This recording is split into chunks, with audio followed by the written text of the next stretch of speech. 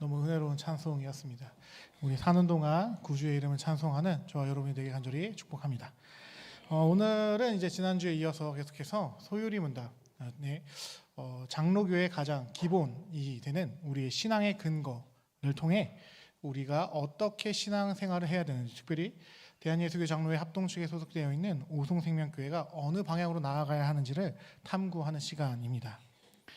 저희는 지난주 이제 소유리 문답 서론을 끝내고 이제 본론으로 들어가게 됩니다.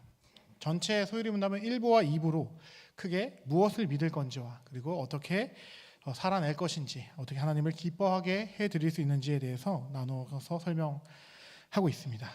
그 중에 오늘은 이제 하나님에 대해서, 우리가 믿을 것들 중에 하나님에 대해서, 특별히 하나님의 속성이라는 부분에 대해서 함께 생각해 보고자 합니다. 아마 갑자기 하나님의 속성이다라고 이야기하면 많이들 당황스러우실 것 같습니다. 이 속성이라는 표현은 쉽게 말하면 하나님이 가지고 있는 특징, 성품 정도로 이해해 주시면 될 것 같습니다. 그러면 본격적으로 소유리 문답 4문의 질문과 답을 읽고 그 의미를 함께 생각해 보는 시간 갖도록 하겠습니다. 제가 먼저 4문을 읽겠습니다. 하나님은 어떤 분이십니까?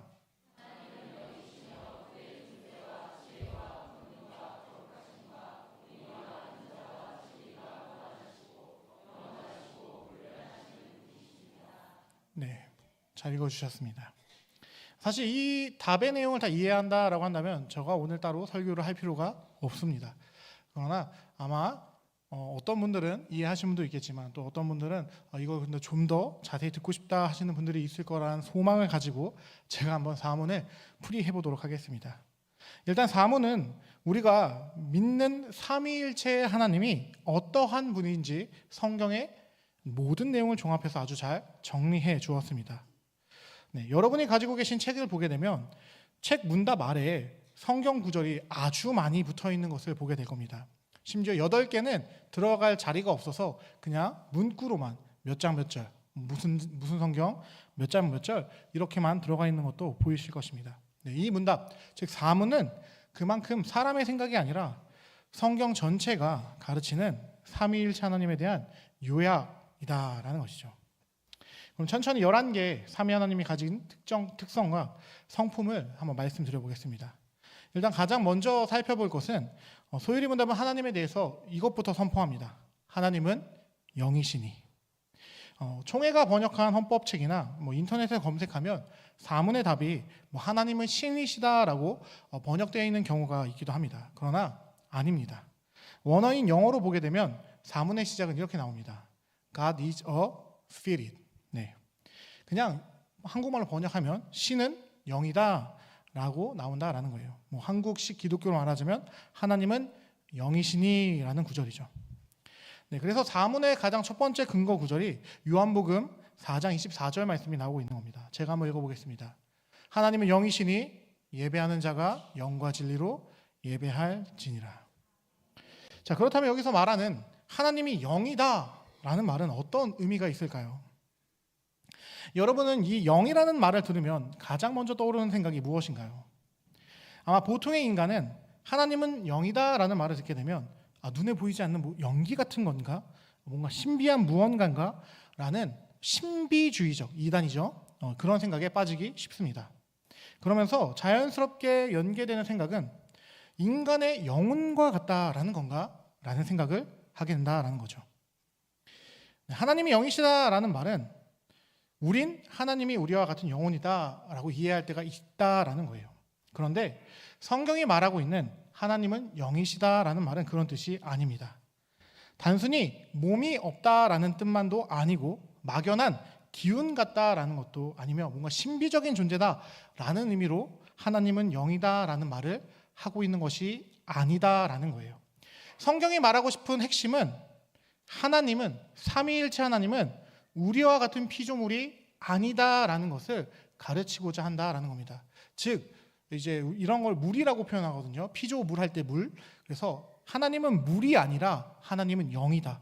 우리와 존재론적으로 차이가 나타나시는 분이다라는 것을 하나님은 영이시다라는 말에 담고 있다라는 거예요. 그래서 우리가 이 단어, 요한복음 4장 이 말씀을 대할 때도, 그리고 어디서 하나님은 영이시래라는 말을 들을 때도 여러분이 반드시 기억해야 할 것은, 삼위 하나님은 나와 같은 피조된 존재가 아니구나라는 것을 우리 먼저 기억해야 합니다. 그분은 우리를 만드신 조물주, 창조주시다라는 거죠. 이것이 바로 성경이 가르치는 삼위일체 하나님을 이해하는 출발점입니다. 그렇기 때문에 소유리 문답도 다른 것을 다루기에 앞서 하나님은 영이다라는 명칭을 가장 곤고하게 세우고 시작하고 있는 것이죠. 우리는 여호와를 내 생각에 맞춰 줄여서 이해하려고 하는 태도를 버려야 합니다. 하나님을 내가 이해할 수 있는 수준으로 끌어내려서 이 정도면 하나님이겠지라고 생각하는 것도 버려야 한다는 겁니다. 오직 성경이 가르치는 그대로 피조물과는 전혀 다르시며 스스로 계시는 삼위일체 하나님으로 받고 경배해야 한다라는 거예요. 그래서 정리하면 이것은 이렇게 말할 수 있습니다. 여호와께서 영이시다라는 말은 삼위일체 하나님의 어떠한 신비한 기운이라는 뜻이 아니라 피조물과는 전혀 다르게 존재하는 분이다라는 의미로 우리가 반드시 생각해야 한다라는 겁니다. 자, 그렇다면 이제 이런 질문을 해야 합니다. 피조물과 다르신 여호와는 어떻게 존재하시는 것이냐? 성경의 대답은 분명합니다. 여호와는 스스로 계신 분이죠. 이 말이 조금 어렵게 들릴 수 있습니다. 그래서 쉽게 말씀드리면 여호와는 누군가 때문에 존재하는 분이 아니다라는 거예요. 우리는 모두는 누군가가 있어야지 존재할 수 있습니다. 부모가 있어야 자식이 있고, 만든 사람이 있어야 물건이 있는 것처럼 이 세상에 존재하는 모든 피조물은 다 이런 방식으로 존재합니다. 예를 들어 지금 저 유아실에서 무슨 엄청난 건축물을 건축하고 있는 제 딸이 있는데, 우리 혜율이는 저와 제 아내가 있어야, 그리고 저희 둘이 결혼을 해서 가정을 만들어야지만 세상에 존재할 수 있습니다. 또한 제가 쓰는 이 아이폰이라는 핸드폰이 있는데, 애플 홍보 아닙니다. 이 아이폰이라는 핸드폰도 아이폰을 만들기 위한 재료가 있어야 되고, 그것을 가공할 사람이 있으며, 이것을 조립해서 판매할 애플이란 회사가 있어야 존재할 수 있다라는 거예요. 또한 성경책도 마찬가지죠. 성경책도 어느 날 갑자기 뚝 떨어진 것이 아니라 이게 인조가죽이든 가죽이든 가죽을 만들고, 나무를 통해 종이를 만들고, 잉크로 글을 써야지 책이 존재할 수 있습니다. 이 세상에 존재하는 모든 피조 세계의 물건들은 그냥 자연의 강이든 뭐든 스스로 존재하는 것은 없다라는 겁니다. 피조물은 다 원인이 있어요. 누군가 만들었고 그 만드는 과정을 통해 존재하게 되었습니다. 그런데 우리가 믿는 하나님은 다르다라는 겁니다. 삼위일체 하나님, 여호와 하나님은 누가 만든 분이 아닙니다. 여호와는 누군가에게 생명을 받아 존재하시는 분이 아니라 여호와 하나님 자기의 자신의 존재 이유다라는 거예요. 그래서 하나님은 출애굽기 3장 14절에서 모세에게 이렇게 말씀하신 겁니다. 나는 스스로 있는 자니라. 이 말은 사실 놀라운 말씀입니다. 여호와는 누가 나를 있게 했다, 나라는 존재는 무엇에 기대어 존재한다라고 말하지 않습니다. 여호와는 모세에게 나는 원래부터 스스로 존재해왔다라고 말씀하신다라는 거예요. 이것이 바로 여호와의 존재 방식입니다. 그래서 소유리 문답은 하나님은 영이시다라는 이야기를 정립한 이후에 그의 존재에 대해서 생각해라라고 우리에게 가르치고 있다라는 거예요.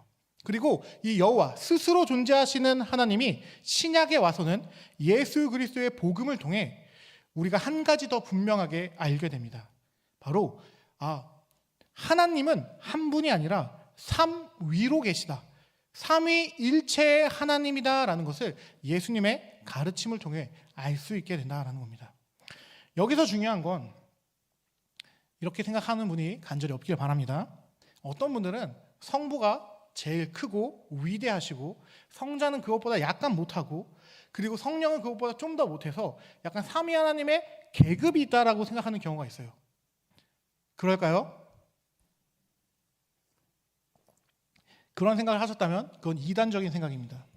그 생각은 1300이 아니죠. 콘스탄티누스 대제가 니케아 회의를 진행하며 이단이다라고 정립한 내용이에요. 우리가 믿는 하나님은 성부, 성자, 성령은 동일한 하나님이십니다. 동등한 하나님이십니다. 그런데 우리는 가끔가다 성령을 가볍게 여기거나 성령의 인격을 무시하는 경향이 있다라는 겁니다. 성령을 무시하는 건 성부와 성자를 무시하는 것과 전혀 다르지 않다라는 걸 우리는 기억해야 한다라는 거예요. 최근에는 이 삼위일체가 어렵고 가르치기 모호하기 때문에 교회가 말하지 않기 시작했습니다. 그러나 우리가 믿는 하나님은 우리가 사도신경을 통해서도 고백하는 것처럼 성부, 성자, 성령의 삼위일체 하나님입니다.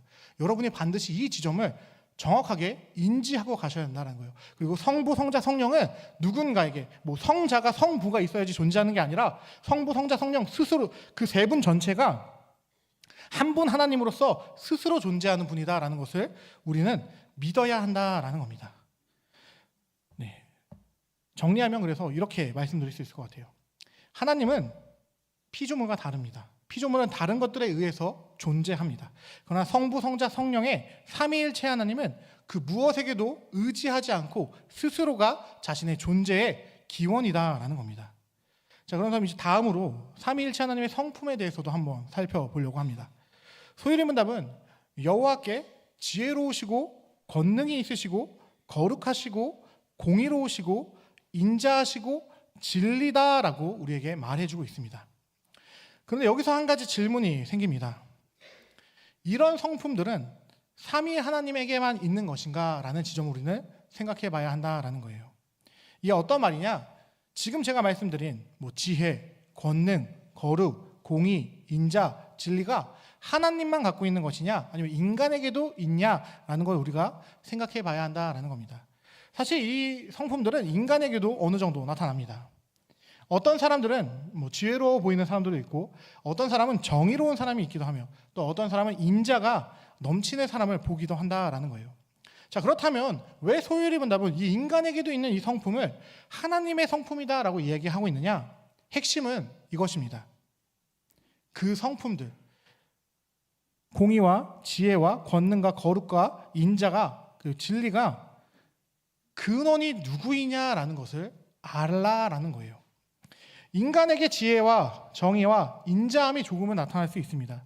그러나 그것은 인간이 원래부터 가진 독립적인 것이 아니다라는 거예요. 인간은 삼위일체 하나님의 형상으로 지음받았기 때문에 여호와 하나님의 성품이 희미하게 비쳐 보이는 겁니다. 쉽게 말하면 태양의 빛이 달을 비추고 달이 그 빛을 반사하여 달빛을 만들어내는 것처럼 인간에게 나타나는 그런 성품들은 인간 안에 있는 것들이 아니라 원래는 하나님의 것인데 하나님의 것이 하나님의 형상인 인간 안에서 어느 정도 희미한 빛처럼 나타나는 형상이다라는 겁니다.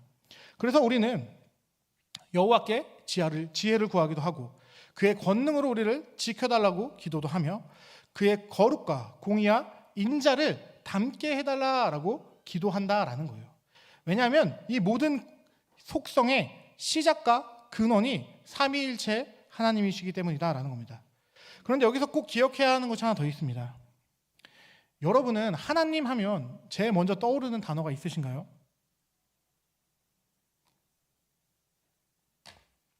저는 벽에다 대고 설교를 하고 있는 건가요? 오늘따라 아무도 대답을 해주지 않으시는데 많이 어려우시죠? 어려우신데 이게 잘 따라오시면 이제 다 이해하실 수 있습니다.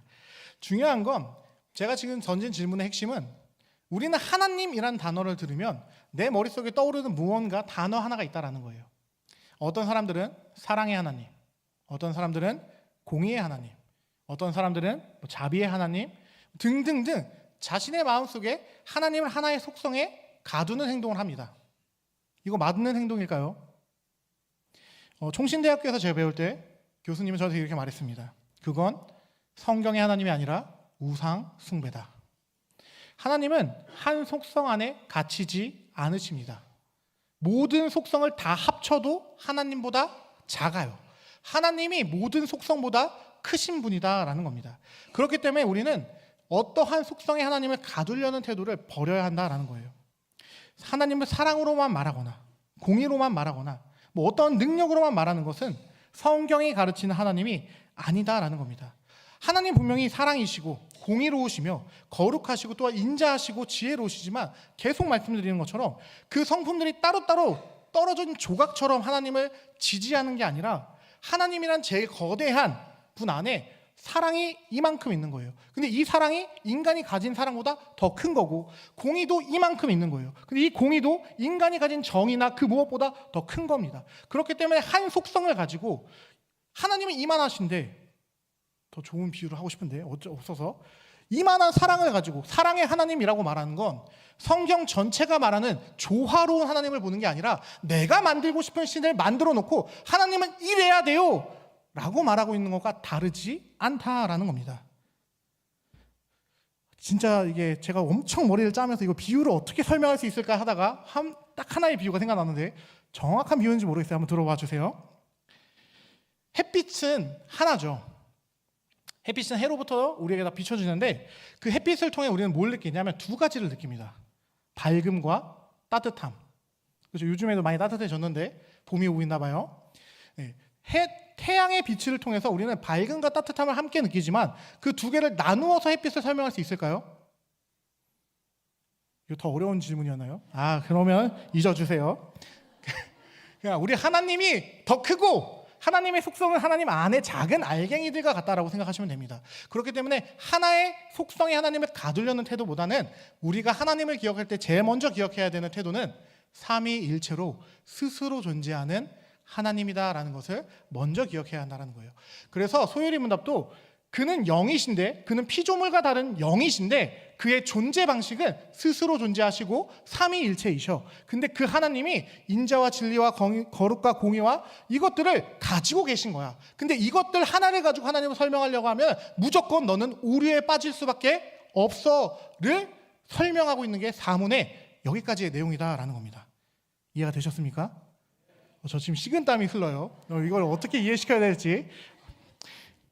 이해 안 되신 분들은 저를 찾아오시면 언제나 쌍수 들고 환영하겠습니다.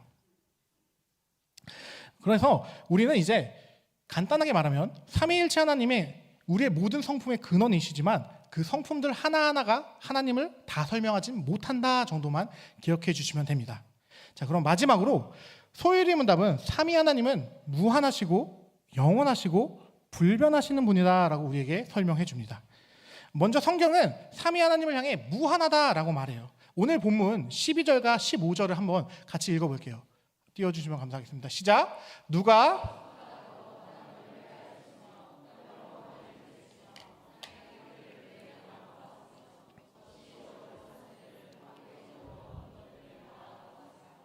보라, 그에게는 열방이 통의 물과 같고 저울의 작은 티끌 같으며 섬들은 떠오르는 먼지 같으리니. 네, 오늘 본문은 하나님의 광대하심, 측정할 수 없는 무한함을 아주 그냥 있는 그대로 다 드러내고 있습니다. 그래서 40장에 이 12절부터 말하는 것도 비교할 수 없는 하나님이라는 소제목을 우리의 선배들은 달아놨어요. 예, 우리 이 구절을 읽으면서도 무한함, 하나님의 무한하심을 바라봐야 합니다. 자, 근데 여기서도 중요한데, 무한하신 분은 성부 하나님만 무한하실까요? 예. 성자는 무한하지 않을까요? 그럼 성령 하나님은 좀 약간 유한한 부분이 있을까요? 그렇지 않다라는 거예요. 성부, 성자, 성령의 하나님이 무한한 분이다라고 우리는 믿는다라는 겁니다.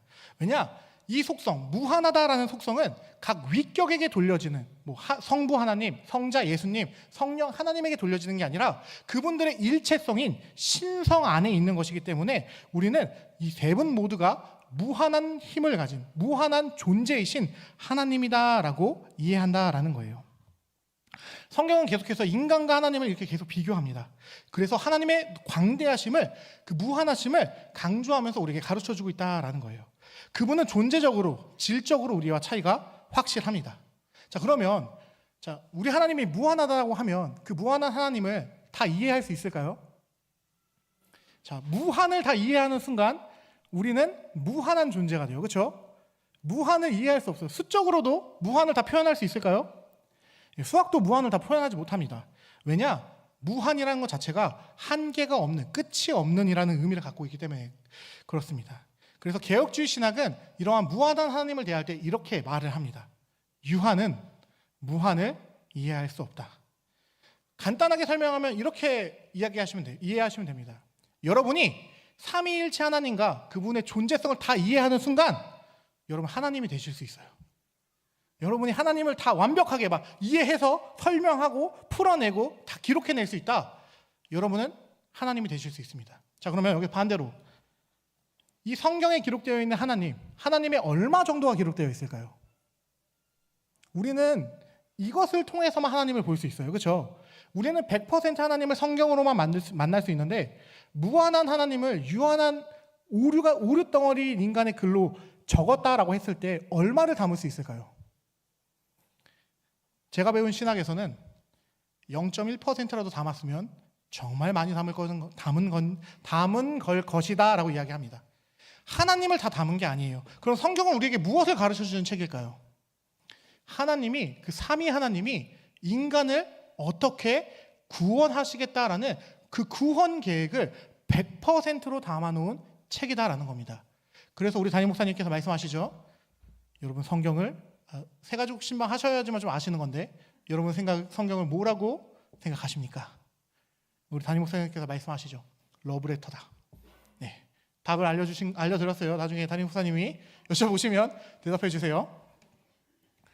구원을 향한 계획, 나를 사랑한 그 계획은 100%로 담겨 있지만 무한한 하나님을 다 담지는 못했다라는 겁니다. 그나마 우리는 이 성경을 통해서만 그 하나님의 광대하심과 놀라우심을 엿본다라는 거예요. 그리고 이 하나님의 광대하심이 시간이라는 속성과 만나게 되면 무엇이 생기냐? 바로 그 뒤에 나오는 영원이라는 속성을 알게 됩니다. 그런데 여러분 하나님이 영원하시다라고 할 때 착각을 하지 않았으면 좋겠는 게 하나님은 시작부터 마지막까지 길게 늘여놓은 영혼이 아니에요. 이거 무슨 말이냐면요.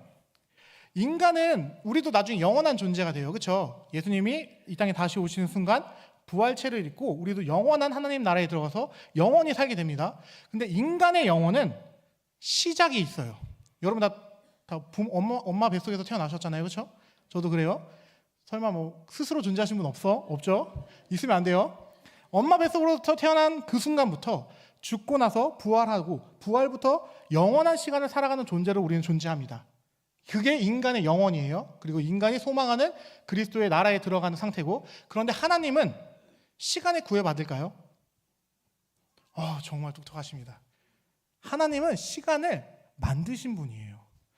하나님이 시간이 이거라면 하나님은 시간 밖에 있는 분이다라는 겁니다. 그래서 하나님의 영혼은 시간과 관련이 없는 영혼입니다. 그래서 하나님의 영혼을 신학에서는 절대적인 영혼이라고 말합니다. 자, 그러면 한번 이것에 대한 제가 근거 구절을 또 보여드리겠습니다. 오늘 말씀 21절과 28절 함께 읽어볼게요. 시작. 너희가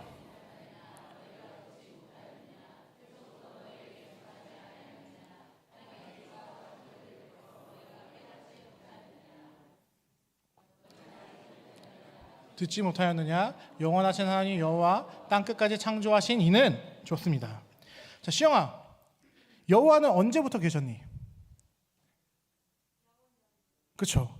창세 전, 영원 전부터 계셨어요. 우리 하나님은 시간과 공간을 만들어내셨습니다. 우리는 어제, 오늘, 내일이라는 시간에 갇혀 살아가지만 그렇기 때문에 우리에겐 시작이 있고 끝이 있지만 하나님은 그렇지 않다라는 겁니다. 하나님은 그 시간이라는 것 자체에 구애받지 않는 분이다라는 걸 우리는 이해해야 합니다. 그리고 마지막으로 이게 가장 제 심장을 뜨겁게 만드는 부분인데 불변성에 대해서 함께 살펴보려고 합니다. 여러분은 하나님이 마음을 변하시는 분이었으면 좋겠나요? 변치 않는 분이었으면 좋겠나요? 그러면은 성경적인 마음을 갖고 계신 겁니다. 네, 성경에서는 분명 이렇게 말합니다. 소유리 문답에도 근거 구절로 나오는 말씀인데 말라기 3장 6절 말씀 함께 읽어보겠습니다. 시작. 나 여호와는 변하지 아니하. 자, 그리고 여기 더해 야고보서 1장 17절 말씀도 한 번 더 읽어볼게요. 시작. 그는 네, 이게 우리 하나님이에요. 한마디로 우리 하나님은 변덕스럽지 않다라는 분입니다. 우리는 자주 마음을 바꿔요. 뭐 여자의 마음은 뭐 갈 때 같다. 요즘에 남자의 마음도 갈 때 같아요. 그냥 사람의 마음은 갈 때 같은데 우리 주님은 한 번 결심하시면 흔들리지 않고 변치 않는다라는 겁니다. 이게 너무나도 놀랍고 너무나도 감사한 지점이에요. 여호와는 한 번 약속하시면 그걸 뒤집지 않는다라는 겁니다. 자, 이것을 우리가 자주 표현하는, 오늘 찬양에서도 표현하는 표현인데 뭐라고 하는 거냐? 신실하심이라고 표현하는 겁니다. 미쁘다. 두 가지가 믿을만하다라는 뜻인데 왜 믿을만하냐? 그는 변하지 않기 때문에 우리는 그를 믿을 수 있다라고 이야기한다라는 겁니다. 그렇다면 왜 제가 이것을 제 심장을 제일 뜨겁게 만드냐라고 했냐? 그분이 변하지 않아야지만 우리가 안심을 할 수 있기 때문이다라는 거예요.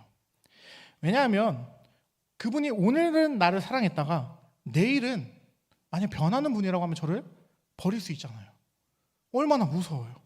또한 오늘은 나에게서 이런 약속을 해주셨는데 갑자기 내일은 하나님이 변심을 해가지고는 저래 안 되겠다, 그거 못 해주겠어 라고 한다면 어떻게 그 하나님을 믿을 수 있겠냐라는 겁니다. 네, 우리 하나님은 불변하십니다. 그분이 하신 약속을 반드시 지키십니다. 그리고 우리는 이 하나님의 속성, 불변하시다라는 속성 때문에 하나님을 믿을 수 있다라는 거예요. 여호와의 사랑이 가벼운 감정이 아니다라는 겁니다. 그리고 우리의 구원도 그 불변하심 안에서 안전하다라고 우리가 확신할 수 있다라는 거예요. 여기서 한 가지 꼭 기억해야 하는 건, 여러분은 하나님 변치 않길 원하신다라고 했죠. 그 말은 하나님이 내 기도에 왔다 갔다 하지 않게 원하신다라는 말과 똑같습니다. 하나님은 우리의 기도를 사용하십니다. 우리가 기도함으로 주님 앞에 나오길 원하십니다. 그러나 내가 기도했다고 해서 하나님이 뜻을 바꾸면 그 불변한 거예요, 가변적인 거예요? 가변적인 거예요. 그렇기 때문에 우리는 그분이, 내가 기도하는 것을 이미 아시는 그분께서 내 기도를 사용하사 그분의 뜻을 온전히 이루실 것을 기대하고 소망함으로 나아가야 한다라는 겁니다. 왜냐? 그럴 때 변덕스럽지 않게 확고하게 자신의 뜻을 이루어 나가실 때, 그분이 처음부터 작정하신 그 뜻을 완전히 이루실 때 우리는 그분을 향해 나아갈 수 있기 때문이다라는 겁니다. 그렇기 때문에 그분이 변치 않는다는 그 사실 때문에 우리는 나의 구원을 확신할 수 있다라는 거예요. 나를 보고 구원을 확신하는 것이 아니라 영원하시고 무한하시고 변치 않는 하나님을 보기 때문에 우리의 구원이 확신하다라고 고백한다라는 겁니다. 여러분, 제가 이렇게 말해도 목사님 근데 저는 잘 못 믿어져요. 저는 내일 아침에 눈 떠도 주님께서 나를 선택하셨을까 이런 생각이 들어요 라고 하실까 봐 반드시 기억하셔야 돼요. 우리 하나님 불변하다는 사실을 기억하시면서 제가 제시하실 구절들을 보셔야 합니다. 자, 예수님이 하셨던 말씀부터 보겠습니다. 요한복음 15장 16절 상반절입니다. 함께 읽어볼게요. 시작. 놀라운 말씀이죠. 여러분이 이 자리에 나와 예배 드리게 된 것은 여러분의 선택이 아닌 예수님의 선택이다라고 말합니다. 물론 이 말씀은 처음에 제자들을 향한 말씀이었지만 성령 하나님의 역사로 오늘 이 말씀을 읽는 여러분과 저도 그 안에 해당하는 말씀이다라는 거예요. 또한 이 요한복음의 인간 저자였던 요한이 쓴 편지인 요한일서 4장 10절 말씀도 함께 읽어보겠습니다. 시작.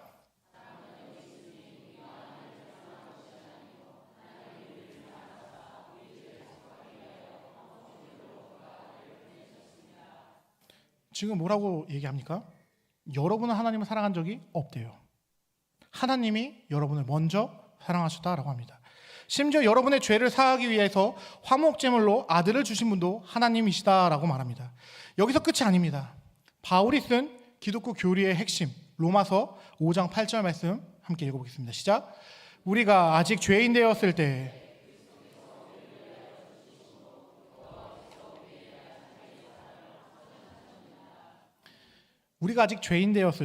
우리를 위해 그리스도께서 죽으셨다라고 합니다.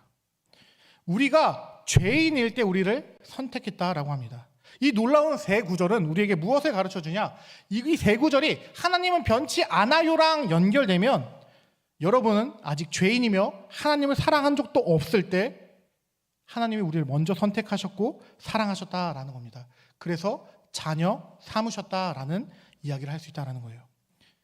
여러분이 무언가를 했을 때 선택된 게 아니라 여전히 죄인일 때, 하나님을 모를 때 선택됐다라고 성경은 말합니다. 그 선택을 한 하나님이 불변하시는 분이다라면 어떠한 결론이 나오냐? 그렇게 먼저 사랑하신 여호와께서 변하지 않으신다면 그 사랑도 변하지 않는다라는 겁니다. 그렇게 먼저 선택하신 여호와께서 변하지 않는다면 그 선택도 흔들릴 수 없다라는 겁니다. 그래서 여러분의 구원이 안전하다라고 말씀드리는 거예요. 여러분이 뭔 짓을 하든 상관이 없습니다. 이게 이렇게 말하면 좀 안 되는데, 여러분이 이미 죄인일 때 선택받은 거예요. 여러분이 뭔가 고상한 일을 했을 때 선택받은 게 아니라 여러분이 먼저 하나님께 사랑을 고백한 적 단 한 번도 없습니다. 하나님을 향해서 저주하고 하나님을 향해서 욕하고 있을 때 예수께서는 여러분을 향해서 먼저 죽어주신 겁니다. 그 사랑이 먼저 있었다라는 거예요. 그리고 그 사랑은 변치 않는다라는 겁니다. 어떤 상황에서도 설령 제가 이 자리에서 하나님을 욕할지라도 하나님이 나를 선택하셨다라고 한다면 그 사랑은 변치 않는다라는 겁니다. 그래서 우리 선배들도 자주 하나님에게 원망해요. 하나님 언제까지 주무시겠습니까? 언제 깨실 거예요? 예레미야는 이제 그만 좀 하고 싶다니까요. 저 말씀 전하기 싫어요. 저 좀 내버려 두세요. 막 이런 불붙는 마음을 주셔서 말씀 전하게 하시고, 그게 하나님의 일하심입니다. 여러분에게 달리지 않았어요. 여러분은 여러분의 구원에 0.0000001%도 기여한 게 없습니다.